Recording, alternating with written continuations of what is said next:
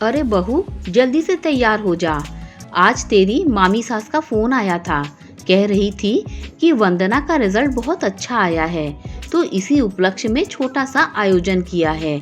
घर घर के लोगों को बुलाया है। हम सबका खाना आज वहीं है।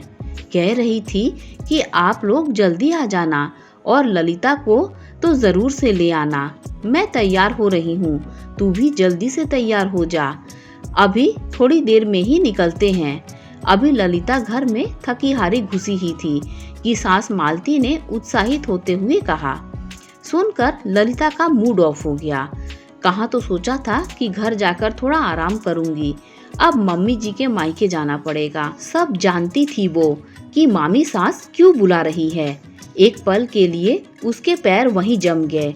उसे वहां चुपचाप खड़ा देखकर मालती जी ने कहा, अरे बहू जल्दी कर, हमें जल्दी ही बुलाया है।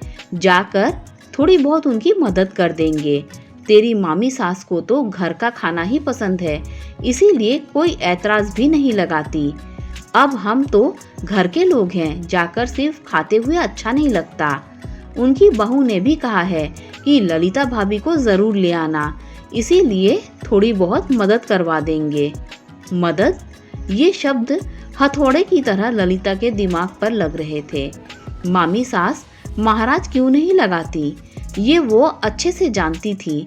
और इस मदद शब्द से तो उन लोगों का दूर दूर तक कोई नाता नहीं था।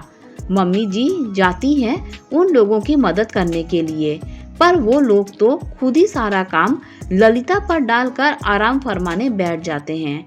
भला कौन मदद करता है उसकी? सब तो बैठ जाते हैं पंचायत करने के लिए और बहू होने के नाते लगा देते हैं ललिता को काम पर। अब 25-25 लोगों का खाना बनाना कोई मामूली सी बात तो नहीं है, पर ऐसा भी नहीं है कि कुछ पहले तैयारी करके रख दी हो। तैयारी के नाम पर सिर्फ सामान मंगा कर रख दिया जाता है और सब्जियां सुधार कर रख दी जाती हैं। वो भी सुधार के कहाँ रखी जाती हैं। सभी मौसी सास और मामी सास बैठकर पंचायत करते करते साफ कर रही होती हैं। इस बीच में ललिता को चाय का ऑर्डर भी देती है। साथ ही साथ तारीफों के झाड़ पर भी उसकी सास मालती जी को चढ़ाती जाती है। अरे मालती जी, वाकई बड़ी खूब किस्मत पाई है आपने, जो इतनी अच्छी बहू मिली है। भाई कुछ भी हो, कहना पड़ेगा, ललिता पूरा काम संभाल लेती है। ये होती है तो हम बेफिक्र हो जाते हैं। और देखो ना, सबको इसी के हाथ का खाना पसंद है, इसीलिए सब्जी तक बनाने नहीं देते मुझे। नहीं तो मैं कम से कम सब्जी तो बनाकर रख ही सकती हूँ। मामी सास अपनी चिकनी चुपड़ी बातों से कहती तो मालती जी अपनी बहू पर बलिहारी जाती। लेकिन अभी पिछली बार की ही बात है, नाना ससुर जी का श्राद्ध था। मामी सास ने अपनी नंदों के परिवारों को और अपनी बहनों के परिवारों को बुलाया था। कुल मिलाकर 40 लोग हो गए थे। उस दिन भी मालती जी ने ललिता की छुट्टी करवा दी, क्योंकि श्राद्ध तो सुबह ही निकलना था। लेकिन घर का कामकाज में ही 11 बज गए। तब तक वो मामी जी के 3-4 बार फोन आ गए। अरे जीजी कब तक आओगी? और मालती जी इसी पर अपनी भाभी पर बलिहारी जाती कि भाभी का उनसे कितना प्रेम है।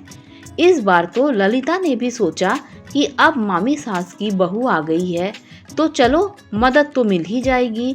मदद क्या मिल जाएगी, बल्कि मैं उसकी मदद कर दूंगी, आखिर मेरी देवरानी जो ठहरी। पर जब ललिता वहां पहुंची तो कोई तैयारी नहीं थी। मामी जी ने थोड़े से आटे की पूड़ी बनाकर मिठाई और सब्जी बाजार से मंगाकर भोग लगा दिया था और अब ललिता का इंतजार हो रहा था। जब मालती जी ने इस बारे में पूछा तो मामी जी बोली, अरे सबको ललिता के हाथ का ही खाना पसंद है, इसीलिए महाराज नहीं लगाया। और बहू अभी नई है, उससे इतना काम नहीं होता। ललिता को तो आदत हो चुकी है। वैसे भी सबका बुलावा तो दोपहर का है। मालती जी ने तो कुछ नहीं कहा, पर ललिता को सब कुछ समझ में आ गया था। महाराज के पैसे बचाने के चक्कर में उससे सारा काम करवा लिया जाता है और अब नई बहू के होते हुए भी ललिता को ही काम पर लगाया जा रहा है। पर मालती जी के कारण आखिर वहाँ ललिता को ही काम करने में लगना पड़ा। यहाँ तक कि उनकी बेटी वंदना भी ललिता की मदद के लिए नहीं आई और सहेलियों के साथ घूमने चली गई। इस कारण इस बार चाहे कुछ भी हो जाए, ललिता ने मन पक्का कर लिया था। उसे महाराज की जगह नहीं लेनी थी, चाहे कुछ भी हो जाए।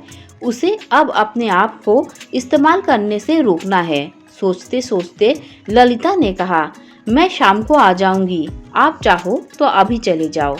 लेकिन मामी जी को तो तेरे हाथ का खाना पसंद है और उन्होंने खासकर कहा है कि ललिता को लेकर आना। मालती जी बोली, मम्मी जी वो सब तो ठीक है, पर मैं अभी अभी तो आई हूँ, थक चुकी हूँ, मैं शाम को ही आऊंगी। अरे कभी कभार तो चलता है, रोज तो आकर आराम करती ही हो ना। मालती जी पूरा जोर लगाते हुए बोली। पर इस बार तो ललिता पूरी तरह से तैयार थी। नहीं मम्मी जी, आज वाकई मुझमें हिम्मत नहीं है, मैं शाम को ही आऊंगी। वैसे भी कोई महाराज तो नहीं जो इतने लोगों का खाना बनाती रहूं। मामी जी की बहू अब तो थोड़ी पुरानी हो चुकी है, वो ये काम संभाल लेगी। आप चले जाइए, आपका मायका आपको ही मुबारक, कहकर ललिता अंदर कमरे में चली गई। मालती जी को ललिता का ये सब कहना बुरा तो लगा, पर समझ में तो उन्हें भी आ रहा था। खैर उन्हें तो अपने मायके जाना ही था, तो वो अपने मायके पहुंच गई। जाकर देखा तो वहां इस बार भी कोई तैयारी नहीं थी। ललिता को उनके साथ न देखकर मामी जी बोली, अरे जीजी आप अकेले आई हो, ललिता कहाँ है? भाभी आज वो बहुत थक गई थी, इसीलिए वो नहीं आ पाई, वो शाम को ही आएगी। ये सुनते तो मामी सास के पैरों तले जमीन खिसक गई। अब इतनी जल्दी महाराज कहाँ से मिलेगा? ऊपर से इतना सामान मंगा लिया वो अलग। अब काम को देखकर मामी जी उनकी बहू और बेटी के हाथ पैर फूलने लगे। बहू ने तो हाथ खड़े कर दिए कि मुझसे इतना काम नहीं हो गया, या तो मिलकर मदद करवाओ या फिर किसी महाराज को बुला लो। मालती जी को समझ में आ गया कि उनकी बहू का सिर्फ इस्तेमाल होता था। आखिरकार बहू और बेटी दोनों मिलकर रसोई में लगी। इधर मामी जी और मालती जी सब्जियां सुधारने लगी, लेकिन खाना बनने तक सबकी हालत पस्त हो चुकी थी। शाम को जब मेहमान आने लगे तब तक वो तैयार भी नहीं हुई थी।